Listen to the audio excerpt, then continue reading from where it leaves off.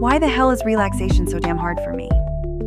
Welcome back to the Holistic Trauma Coach podcast, where we talk about what it really means to heal, reconnect with your body, and stop living in survival mode. I'm Jessa Hooley, and let's get into it. Today's question is one that hits so many of us. Why can't I relax even when I want to? And oh, buddy, I get it. You finally have a free weekend, nothing urgent, no chores, no one needing anything from you. And you think, awesome, I'm going to enjoy this rest. But somehow, you can't.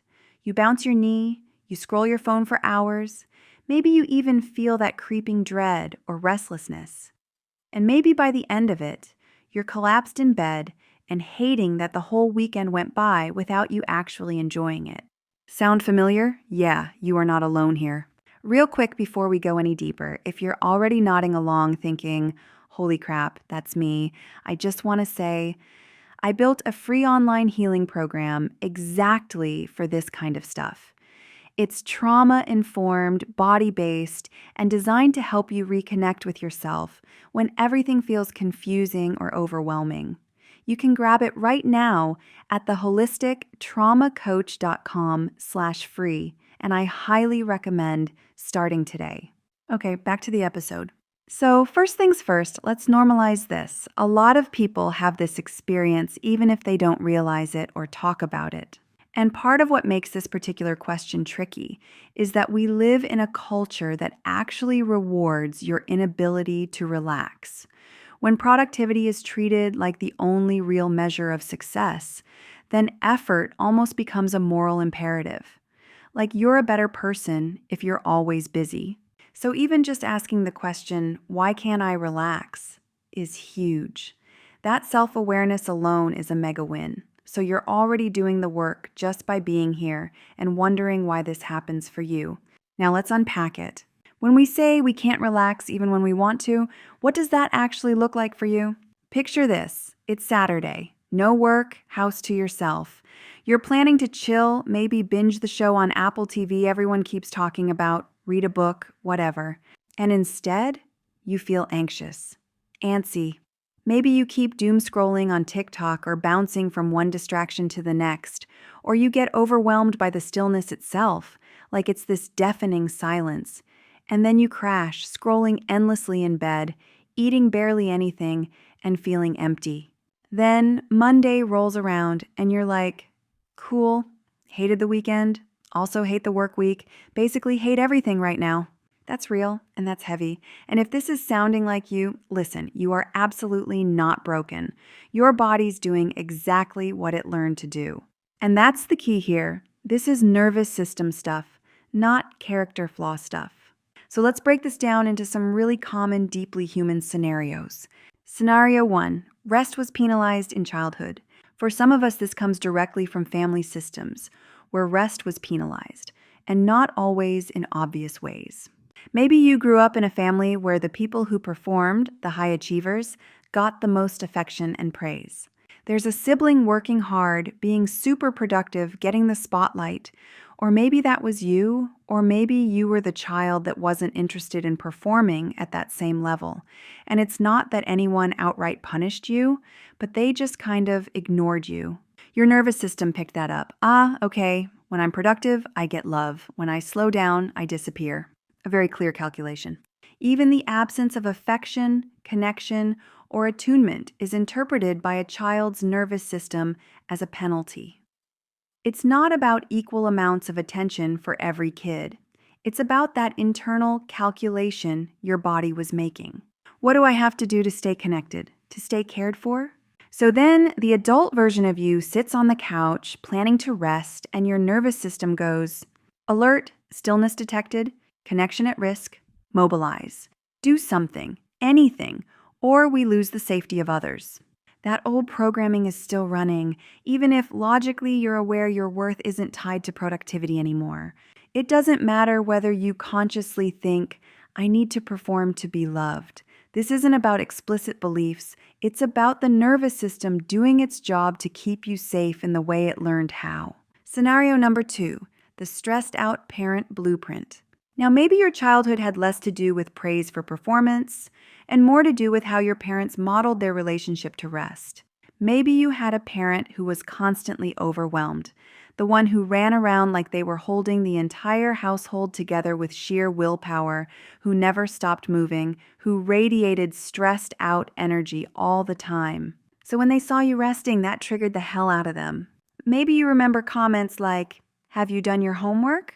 Why are you playing video games? There's work to do. Can't you see how hard I work around here? It's like I have to do everything in this house."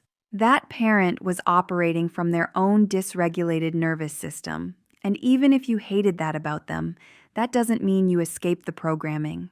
Their relationship to rest, their inability to tolerate stillness, became part of the atmosphere you grew up in.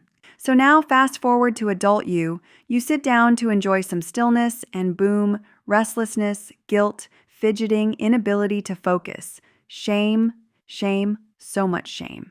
Your knee starts bouncing. You turn on the TV but can't watch for more than a few seconds. You pick up your phone, you pace, you're uncomfortable in your own skin, or you collapse completely. But when you look back, you can see it. Your nervous system got wired in a home where rest was suspicious, where stillness was met with judgment or shame. Scenario 3, what's called stress addiction, but I honestly hate that name.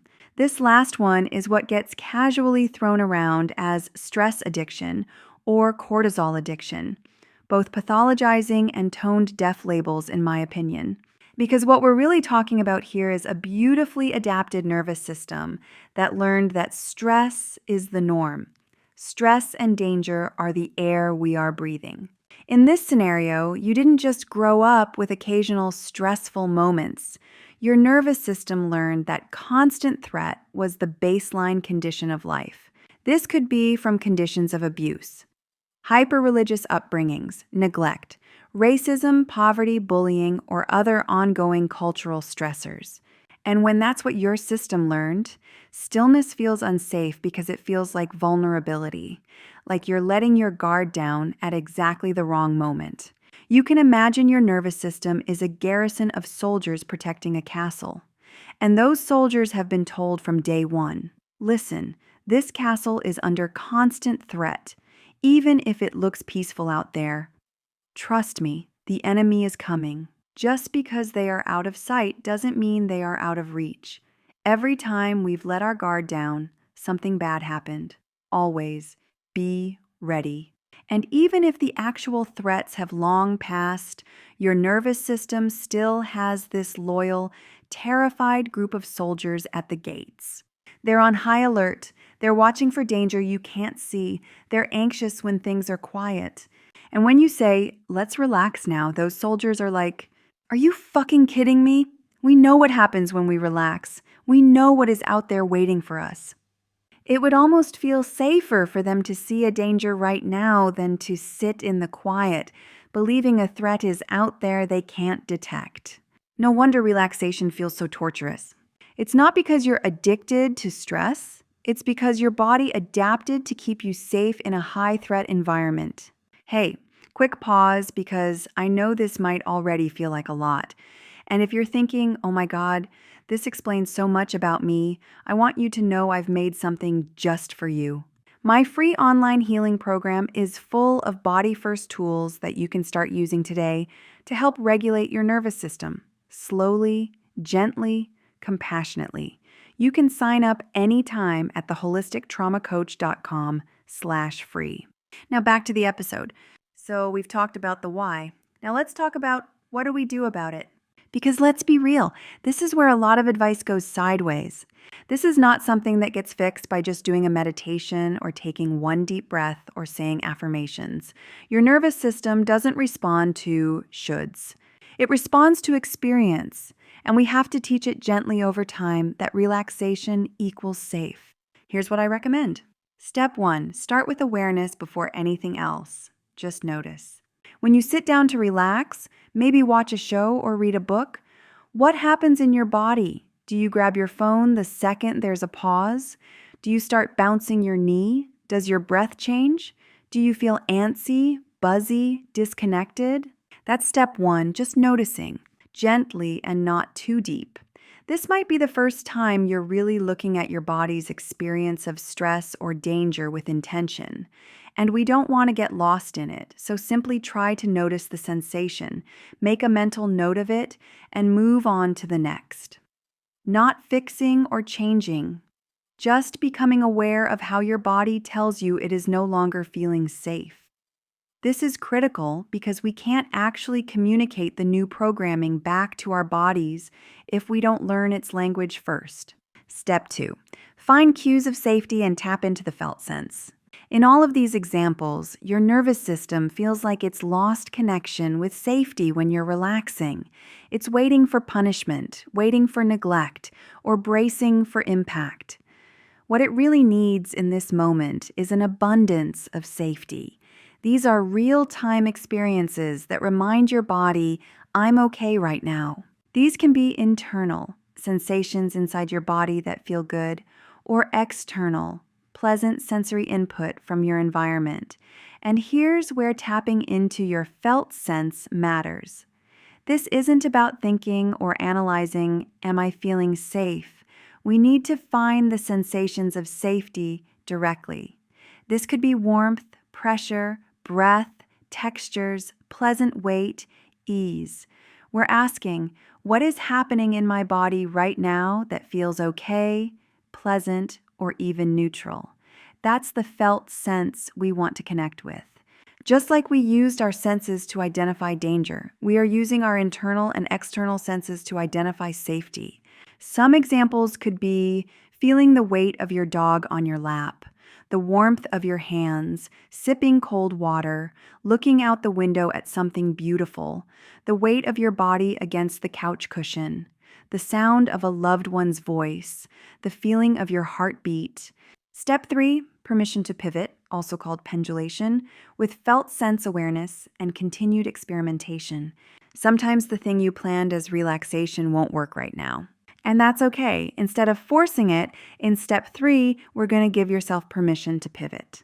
Maybe you decide to get up and do the dishes or tidy something small. But as you do, you stay in touch with your felt sense. What sensations are showing up now that I tried something different? What feels grounding, steady, comforting? This isn't just about doing something, it's about staying aware of how it feels internally. You check in. Do I feel safer now? Do I feel more grounded? Is this helping? You're not abandoning relaxation forever. You're building a new relationship to it. This isn't a one-time pivot. The process is dynamic. You keep experimenting. Try a brief return to rest, then check in again. If the discomfort returns, explore another gentle, grounding activity. The key is continual interplay between activity and rest, always tracking your felt sense so your body learns. I can come back to stillness safely, and when it's too much, I know how to shift supportively. This swinging back and forth, this pendulating, this is where the healing happens. Over time, and I mean truly over time, your nervous system starts to recouple relaxation and safety. They can live together, and eventually, relaxation becomes safety. So if this feels hard, that's okay. It's not meant to be easy or instant. The fact that you're even beginning this work is incredible. Keep coming back to yourself, stay curious about what feels safe in your body, and let this be a compassionate, ongoing exploration. You're learning a brand new way of relating to stillness, and that matters. Thank you for being here with me today, truly. You're not broken, you're not alone, and you absolutely deserve a life that feels good to relax. Take care of you, my friend. Until next time. Hey, one quick note before you go. This episode was generated using AI, but every single word was chosen by me, Jessa Hooley. And the voice you're hearing, that's me too. Recorded and cloned so I can share this work more consistently. I don't have a podcast studio or production team, but I do have things I want to say. And I know that some of you take things in best by listening. So this is one way I'm making my work as a holistic trauma coach more accessible to everyone. Thanks for being here with me, and thanks for being open to the messy, creative, and sometimes weird ways I bring healing into the world. Before we wrap up, I want to tell you about something I made just for you. If you've been listening and thinking, this makes so much sense, but where do I even start? My free online healing program, featuring the real me, not my lovely AI double, was literally designed for that moment. It's a gentle, self-paced intro to body-based healing. No pressure, no overwhelm, just short, doable practices to help your nervous system start feeling a little safer. I'll walk you through what somatic healing is, why your experience actually makes sense, and how to begin working with your body instead of fighting it. You can sign up anytime at theholistictraumacoach.com/free, and I'll be right there with you inside.